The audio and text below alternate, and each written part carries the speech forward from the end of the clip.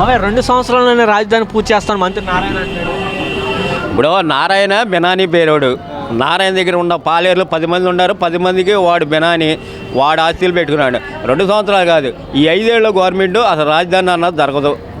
వాడెళ్ళి మట్టికి వెళ్ళి దండం పెట్టి మోగ చిక్క వేసి దండం పెట్టుకుని మట్టికి దండం పెట్టుకుంటే వాడు రాజధాని ఇంకా కట్టలేడు. వాడు సంక్షేమ పథకాలు ఏమైనా ఎత్తాడా? అప్పుడు ఏమేవాడుగా సంక్షేమ పథకాలు రేపు 10 తారీఖు అంటే మొన్న డబ్బులు వచ్చినాయి కాబట్టి రేపు 10 తారీఖు ఎత్తాడు. 2వ తారీఖు ఎవడు ఎంతమందిని ఎత్తేస్తాడు?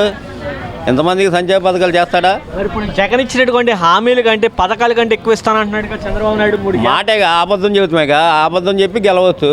ఇప్పుడు నిజం చెప్పాలంటే లేటు పడతామా? నిజం చెప్పాలంటే లేటు పడుతుంది. అబద్ధం చెబితే తొందరగా ఇది అవుద్ది, తొందరగా వెలుగులోకి వచ్చేద్ది. అబద్ధాన్ని వెలుగులోకి వచ్చేద్ది నిజం చెప్పాలంటే. చంద్రబాబు నాయుడు మాట్లాడుతూ మారిన చంద్రబాబు నాయుడు మీ అందరూ చూస్తారు అంటున్నారు. ఎందుకని అంటారు? ఇంత మొదలు కూడా మా రోడ్డమ్మ ఢిల్లీ కొట్టేసినప్పుడు కూడా బాబు వస్తే ఉద్యోగం వచ్చినట్టే, బాబు వస్తే జాబ్ వచ్చినట్టే. మరి బాబు వస్తే ఇల్లు పడదింగాడు, మరి మేమేవాడికి చెప్పుకోవాలి? ఇక్కడ ఈ రోడ్డు బారు ఇవన్నీ అది బాబు వస్తే జాబ్ వస్తుంది అన్నారు. బాబు వచ్చి ఇల్లు పడదింగాడు, మరి మేమేవాడికి చెప్పుకోవాలి? 2014లో సరే ఇప్పుడు గవర్నమెంట్ ఆయనకి ఇచ్చారు, బాగా భారీ మెజార్టీతో ఎమ్మెల్యేలు గెలిచారు, భారీ మెజార్టీతో గెలిచారు.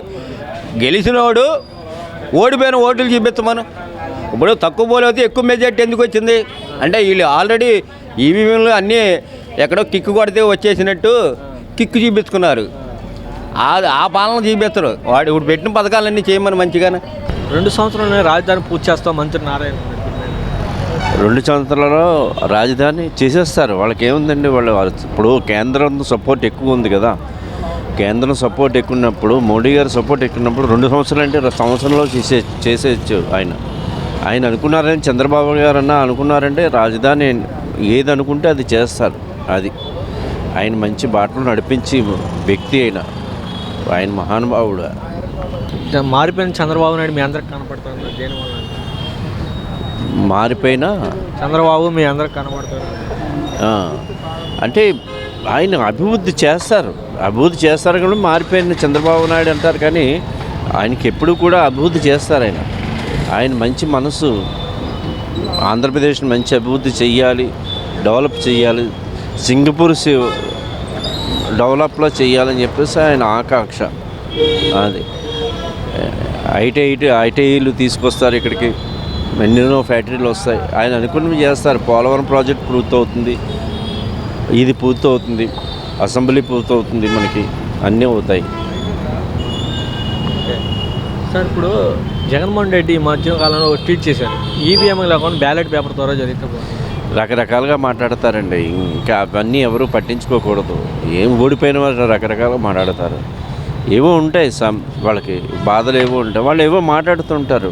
ఆయన పట్టించుకోలేదు కదా, చంద్రబాబు నాయుడు గారు పట్టించుకోరు. ఆయన ఒకటే అన్నారన్నమాట, మన కక్షలు కార్పణ్యాలు ఎవరితోనూ ఉండకూడదు, మన నీతి నిజాయితీగానే ఉండాలి అని చెప్పేసి అన్నారు చంద్రబాబు నాయుడు గారు.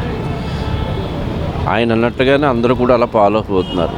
ఏ ఎమ్మెల్యే కూడా ఇప్పుడు వచ్చి కించపరిచేది ఎవరిని పంచేది. 2 సంవత్సరాల్లో రాజధాని మంత్రి నారాయణ చెప్పాడు పూర్తి చేస్తాం. 2 కాకపోతే ఇంకో హాఫ్ అన్ అవర్ అయిపోద్దండి. ఎందుకంటే సెంట్రల్లో వీళ్ళతో పని ఉంది కాబట్టి వీళ్ళు ఏదైనా అడిగితే కాదనే పరిస్థితి లేదు. ఇప్పుడు 10,000 కోట్లు అడిగారు అనుకో, 8,000 7,000 ఇవ్వడం జరుగుతుంది. కానీ కాదు లేదు సాగతీసే పరిస్థితి ఉండదు. స్పీడ్గా ఇప్పుడు ప్రెస్టేజ్ విషయం కాబట్టి స్పీడ్గా జరుగుతుంది. పని తప్పనిసరిగా అవుద్ది. 2 కాదు 2.5 ఏళ్ళన్నా అవుద్ది. కొన్ని ఏళ్ళ పీరియడ్లో అయిపోద్ది. గ్యారంటీ అవడం గ్యారంటీ. అది సార్ 2 సంవత్సరంలోనే అమరావతి పూర్తి చేస్తామని చెప్పి మంత్రి నారాయణ. చూడాలి మరి ఏం చేస్తారో, మరి చెప్పడం కాదుగా. సార్ ఈ మధ్యకాలంలో జగన్మోహన్ రెడ్డి గారు ట్వీట్ చేశారు, ఈవీఎంలు కాకుండా బ్యాలెట్ బాక్సుల ద్వారా ఎలక్షన్ జరిగితే న్యాయం జరిగిన కనబడుతుంది అన్నది. అంతకుముందు మరి ఎలా జరిగింది? 150 వచ్చినప్పుడు అప్పుడు కూడా అలాగే అన్నారు కదా. ఎవరి అభిప్రాయం వాళ్ళకుంటా ఉంటుంది అంతే. రాజధాని 2 సంవత్సరాలు పూర్తి చేస్తామని చెప్పి మంత్రి నారాయణ. ఏమంటే అది 5 ఏళ్ళలో అది స్టార్ట్ అయ్యి అంతా పుడిపుచ్చుకునే టయానికి 3 ఏళ్ళు పోయింది. 2 ఏళ్ళలో 10 లక్షల కోట్లు ఖర్చు పెట్టాడు జగన్మోహన్ రెడ్డి. 5 సంవత్సరాల్లో 1 లక్ష కోట్లు ఖర్చు పెట్టాడా? ఒక రాయేసాడా?